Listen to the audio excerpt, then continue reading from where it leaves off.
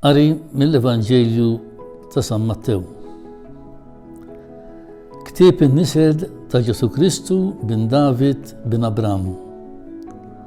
Abram wilet il-Iżak. Iżak wilet il-Ġakob. Ġakob wilet il-Ġuda u l-Ħutu. Ġuda wilet il-Fares u l-Zaraħ min Tamar. Fares wilet il-Hezron. Hezron wilet il-Aram. Aram wilet il-Abinadab. Abinadab wilet il-Nasħon. Naħson wilet il-Salmon. Salmon wilet il-Boz min Rahab. Boz wilet il-Lobet min Rut. Obet wilet il-Jesse. Jesse wilet il-David il-Sultan. David wilet il-Salamun bil-mara ta' Urija. Salamun wilet il-Roboam. Roboam wilet il-Abija. Abija wilet il-Asa. Asa wilet il-Josafat. Josafat wilet il-Joram. Joram wilet il-Ozija. Ozija wilet il-Joatan. Joatan wilet il-Ahas. Ahas wilet il-Hezeqija. Hezeqija wilet il-Manasse. Manasse wilet il-Amon. Ammon wilet il-Ġozija. Ġozija wilet il-Ġakonija u l-Ħutu fi żmien l-eżilju ta' Babel. Wara l-eżilju f'Babel, Ġakonija wilet il-Salatiel. Salatiel wilet il-Zorobabel. Zorobabel wilet il-Abihud. Abihud wilet il-Lejaim. Eljaim wilet il-Azor. Azor wilet il-Sadoq. Sadoq wilet il-Lakim. Akim wilet il-Eliud. Eliud wilet il-Elazar. Elazar wilet il-Mattan. Mattan wilet il-Ġakob. Ġakob wilet il-Ġuseppi l-arus ta' Marija li minna twilet Ġesu imsemmi Kristu. Mela minn Abram sa David hemm kollox 14 nisel. Minn David sa l-eżilju f'Babel 14 nisel, mill-eżilju f'Babel sa Kristu 14 nisel. It-twelid ta' Kristu kien hekk. Meta Marija ommu kienet masa ma' Ġuseppi qabel ma għamru flimkien saret omm mill-Ispirtu Santu. Ġuseppi l-arus tagħha li kien raġel sewwa u ma rridx ixandara, ried jitlaqa bil-moħbi. U jaħseb dan derlu anġu tal-mulej f'ħolma u qallu: Ġuseppi bin David, la tibżax tieħu għandek lil-Marija l-arusa tiegħek, għax dak li tnissel fija hu mill-Ispirtu Santu. Iti li tiben u inti issemmih Ġesu għax hu jeħles il-poplu tiegħu minn dnubietom. Dan kollu sar biex iseħħ dak li jintqal mill-mulej bil-profeta.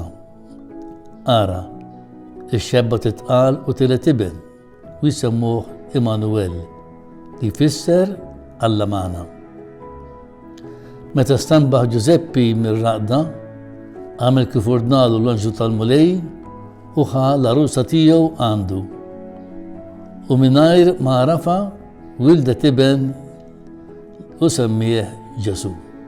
Meta twieled Ġesu f'Betlehem tal-Ludija, fi żmien Erodi, is-Sultan, waslu Ġerusalemm xi maġi mill-Lvant u bdew jistaqsu: Fejn hu s-Sultan tal-Lut li twieled? Għax rajna l-kewba tiegħu fil-Lvant u ġejna nqimuh. Malli sema dan Erodi, is-Sultan, tħawwat u Ġerusalemm kollha miegħu.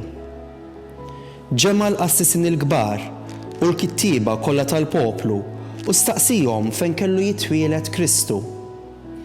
Wiġbuh f'Betlehem tal-Ludija għax hekk hu miktub mill-profeta: U int, Betlehem, art ta' Ġuda, m'intix le l-iżgħar fost il-bliet ta' Ġuda, għax minnek joħroġ ħakem li jira l-poplu tiegħi Iżrael. Imbagħad sejja Herodi il-maġi bil-moħbi tkixxef bir-reqqa minn għandhom iż-żmien tal-kewba li deritilhom. U bagħathom Betlehem u qal: Morru u stħarġu tajjeb fuq it-tarbija u meta ssibuh għarfuni biex jien ukoll immur nagħtih qima. Malli semew kliem is-sultan telqu u wara il-kewba li kienu raw fil-vant kienet timxi qudiemhom sakemm ġiet u waqfet fuq fejn kien hemm it-tarbija. Malli raw il-kewba ferħu ferħ kbir ħafna. U x'ħin daħlu d-dar raw it-tarbija ma' Marija, ommu, u nxteħtu wiċċhom fl-art u tawh qima.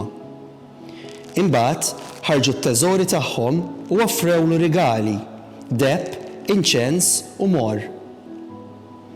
Imbagħad kienu mwissijin fil-ħolm biex ma jmorrux għand Erodi u reġgħu lejn arthom minn triq oħra. Wara li telqu, der anġlu tal-mulej lil Ġużepp fil-ħolm u qallu: hu it-tarbija u l-ommu u aħrab lejn l-Eġittu u oqgħod hemm sa ma ngħidlek għaliex Erodi se jfittex it-tarbija biex joqtolha. U qam u ħa t-tarbija u l-ommu bil-lejl u telaq lejn l-Eġittu. U qagħad hemm sa mewt Erodi biex iseħħ dak li ntqal mill-mulej bil-profeta mill-Eġittu sejjaħt l-ibni. Imbagħad Erodi meta ra li l-maġi daħqu bih saħan għall-aħħar u bagħat joqtol is-subien kollha li kien hemm f'Betlehem u fl-inħawi tagħha kollha minn sentejn l-isfel skont iż-żmien li kien tkixxef mill-maġi. Imbagħad seħħ dak li kien qal Ġeremija il-profeta. Instema' għajjat frama, biki u tilwieħ kbir, Raħel tibki l-ulieda, ma tridx titfarraġ għax ma għadhomx iżjed. Wara li miet Erodi, der l-anġlu tal-mulej lil Ġużepp fil-ħolm fl-Eġittu u qallu: hu it-tarbija u l-ommu u erġa' lejn l-art Iżrael, għax mietu dawk li kienu jfittxu l-ħajja tat-tarbija. U qam u ħadd tarbija u l-ommu u ġie f'art Iżrael. Iżda meta sema li Arkilaws kien isaltan fil-Ludija flok Erodi missieru, beża' jmur hemm. Iżda imwissi fil-ħolm telaq lejn l-inħawi tal-Galilija u ġie jammar f'belt jisimha Nażaret biex iseħħ dak li ntqal mill-profeti jissemma in-Nażri. F'dik il-ħabta ġie Ġwanni l-Battista ixandar fix-xari tal-Ludija u jgħid: indmu għax qorbot is-saltna tas-smewiet. Danu li fuqu tkellem Iżajija il-profeta meta qal: leħen ta' wieħed jgħajjad fid-deżert, ħejju t-triq tal-mulej, wittu il-modijiet tiegħu. Ġwanni kellu libsa tax-xar tal-ġemel u ħżiem tal-ġild madwar ġembeh. L-ikel tiegħu kien ġradijiet u għasel selvaġġ. U bdew ġejjin lejh minn Ġerusalemm u mill-Ludija kollha u mill-art kollha ta' madwar il-Ġurdan. U kienu jitamdu minnu fix-xmara Ġurdan u jistqarru dnubithom.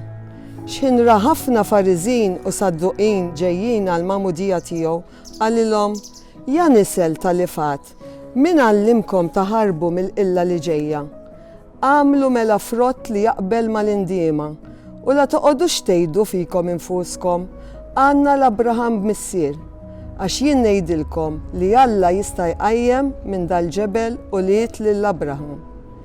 Il-fiż diġà mqiegħed ma' għeruq is-siġar, kull siġra li ma tagħmilx frott tajjeb tinqata' u tintefa' fin-nar. Jien nammitkom bl-ilma għall-indiema, min ġej warajja u aqwa minni u ma jistħoqlix nerfa' l-qorq tiegħu.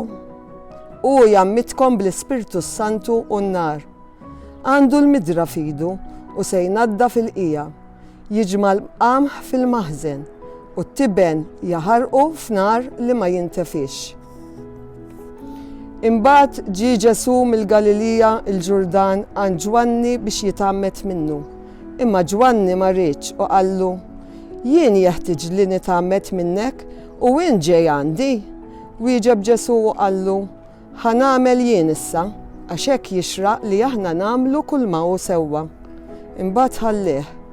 Malli tagħmel Ġesu tela malajr mill-ilma u wara infetħu għalih is-smewwiet u ra l-Ispirtu talla nieżel bħal ħamiema u ġej fuqu. U wara leħen ġej mis-sema jgħid, dan hu ibni il-maħbub li nitaxxaq bih.